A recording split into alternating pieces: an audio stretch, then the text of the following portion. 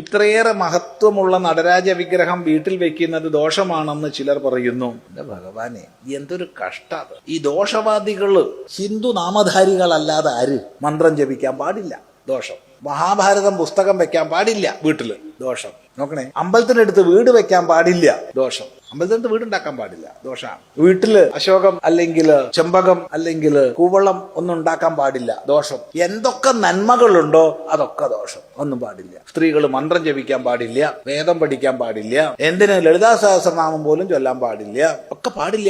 എന്താ പാടുള്ളത്? എന്നാണ് പറയാൻ പാടില്ല. അതങ്ങനെ നോക്കെ പറയാം സ്വാമി. പരദൂഷണം ചെയ്യാം, അയ്യോ അസലായിട്ട് ചെയ്യാം. അതല്ലേ അതിലല്ലേ കിടക്കണത് ലോകത്തിന്റെ സ്ഥിതി തന്നെ. മഹാഭാരതം വെച്ചാൽ വീട്ടിൽ തല്ലുണ്ടാവും. എന്നാ എന്ത് ബൈബിൾ കൊണ്ടാച്ചാലോ? ബൈബിൾ വെച്ചോളൂ, വിരോധമില്ല. ബൈബിളിന് മോശം പറഞ്ഞു എന്ന് ആരും പറഞ്ഞേക്കരുത്. ഖുറാൻ വെച്ചാലോ ഒരു കുഴപ്പമില്ല, വെച്ചോളൂ. മോശം പറഞ്ഞു എന്ന് വിചാരിക്കരുത്, എല്ലാം നല്ലതാണ്, എല്ലാം ശ്രേഷ്ഠമാണ്. പക്ഷെ ഇത്തരം അബദ്ധജടിലമായിരിക്കുന്ന ഹീനമായിരിക്കുന്ന പാടില്ല എന്ന് പറയുന്നതിനെ ചൂണ്ടിക്കാണിക്കാനാ പറയുന്നത്. കഥാപുസ്തകങ്ങളൊക്കെ വെച്ചാലോ വെച്ചോളൂ, ഒരു വിരോധമില്ല. മഹാഭാരതം വെക്കരുത്. എടാ, ഇത് കഥാപുസ്തകല്ലേ, ഇതിനേക്കാൾ വലിയ കഥ വേറുണ്ടോ? എന്ത് കഥയത്? ഇല്ലേ?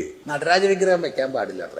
സകല നാട്ടിലും ബുദ്ധന്റെ സിറ്റിംഗ് ബുദ്ധ, സ്റ്റാൻഡിംഗ് ബുദ്ധ, ലാഫിംഗ് ബുദ്ധ, ആ ബുദ്ധ, ഈ ബുദ്ധ, നാട് മുഴുവൻ ബുദ്ധനെ കൊണ്ട് നിറഞ്ഞു. അത് വെച്ചൂടാന്നാണോ യുഗാന്റെ പുരുഷായി പറഞ്ഞത്? വെച്ചൂടാന്ന് ഞാൻ പറഞ്ഞിട്ടില്ല, നല്ലതാണ്. ബുദ്ധന്റെ വെക്കാം, പക്ഷെ നടരാജന്റെ വെക്കാൻ പാടില്ല എന്ന് പറഞ്ഞതിന്റെ യുക്തി എന്താ? ഒരു യുക്തി വേണ്ടേ? ഇതിനേക്കാൾ സങ്കടമാണ് ചില വീട്ടിൽ പോയി കഴിഞ്ഞാൽ ശ്രീകൃഷ്ണന്റെ പ്രതിമ കാണാം. ശ്രീകൃഷ്ണന്റെ പ്രതിമയിൽ കൈ ഇങ്ങനെ ഉണ്ടാവും.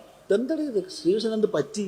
അത് സ്വാമി അവിടെ ഓടക്കോളിലുണ്ടായിരുന്നു. എന്നിട്ട് അവിടെ പോയി അത് ഞാൻ ഭാഗവത സപ്താഹത്തിന് പോയപ്പോൾ ആചാര്യം പറഞ്ഞു ഓടക്കോളിലുള്ള ശ്രീകൃഷ്ണ വിഗ്രഹം വെക്കാൻ പാടില്ല എന്ന്. എന്നാൽ നിനക്ക് എന്നിട്ട് പൊട്ടിച്ചു കളഞ്ഞാൽ പോരായിരുന്നു. അല്ല, ഞാൻ ഓടക്കോളിൽ മാത്രം ഊരിക്കളഞ്ഞു. എന്ത് മഹാഭാവി, കൃഷ്ണനെ ഓടക്കോളിൽ വെച്ചു, നീ അത് ഊരിക്കളയാ, നീ ആര്? ദോഷം ഉണ്ടാവും എന്നാ പറഞ്ഞേ. എന്തൊരു കഷ്ടത്! ആ സംഗീതം പൊഴിക്കുന്ന ഭഗവാന്റെ രൂപം കണ്ട എന്തൊരു ആനന്ദമാണ്.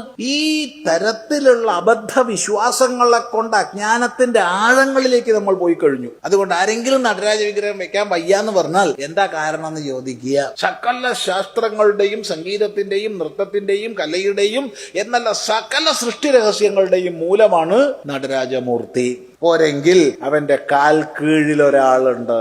എപ്പോഴാന്നറിയോ? നടരാജനായിരിക്കുമ്പോഴല്ല, നടരാജഭാവം കഴിഞ്ഞ് ദക്ഷിണാമൂർത്തി ഭാവത്തിലേക്ക് അങ്ങോട്ട് പോകുമ്പോ ഈ പ്രപഞ്ചത്തിലെ സകല അറിവില്ലായ്മകളുടെയും മറവികളുടെയും മൂർത്തിയായ അപസ്മാരത്തെ പിടിച്ച് ചവിട്ടി വെക്കുന്ന ഒരു ഭാവമുണ്ട് ദക്ഷിണാമൂർത്തിയുടെ കാലിന്റെ അടിയിൽ.